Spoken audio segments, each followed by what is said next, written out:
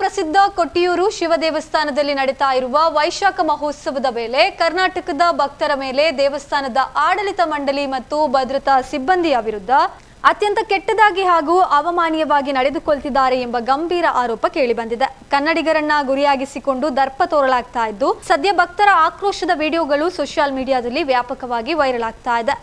ದೇವರ ದರ್ಶನಕ್ಕಾಗಿ ನಾವು 8 ರಿಂದ 10 ಗಂಟೆಗಳ ಕಾಲ ಸರತಿ ಸಾಲಿನಲ್ಲಿ ಕಾಯಬೇಕಾಗಿದೆ.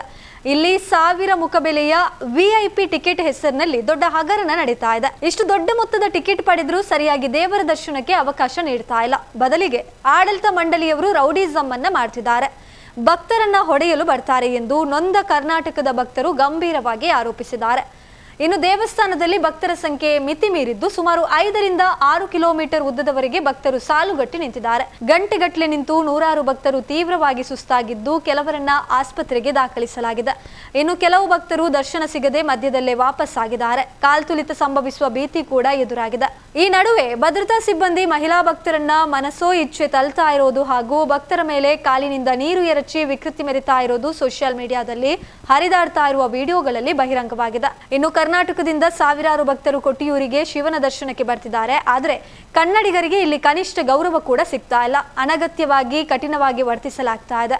ಆದ್ರಿಂದ ರಾಜ್ಯದ ಭಕ್ತರು ಯಾರೂ ಸದ್ಯಕ್ಕೆ ಕೊಟ್ಟಿಯೂರಿಗೆ ಹೋಗಬೇಡಿ ಎಂದು ಕನ್ನಡಿಗರು ಸೋಷಿಯಲ್ ಮೀಡಿಯಾ ಮೂಲಕ ಪರಸ್ಪರ ಮನವಿಯನ್ನ ಮಾಡಿಕೊಳ್ತಿದ್ದಾರೆ.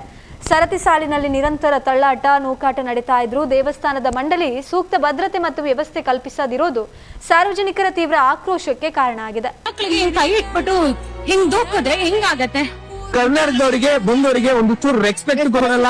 ಹೆಣ್ಮಕ್ಳಿಗಂತೂ ಗೌರವನೂ ಇಲ್ಲ. ಆದ್ರೆ ಹುಡುಗರಿದ್ದು ಅಂತ ಹೇಳಿದ್ರೆ ಅವ್ರ ಮೇಲೆ ಮ್ಯಾನ್ ಹ್ಯಾಂಡಿಂಗ್ ಹೊಡಿಯೋದೆ, ಬೇರೆ ಆಪ್ಷನ್ ಗೊತ್ತಿಲ್ಲ, ಹೊಡಿಯೋಕೆ ಹೋಗ್ತಾರೆ. ಬರೀ ರೌಡಿಸಮ್, ಬರೀ ರೌಡಿಸಮ್.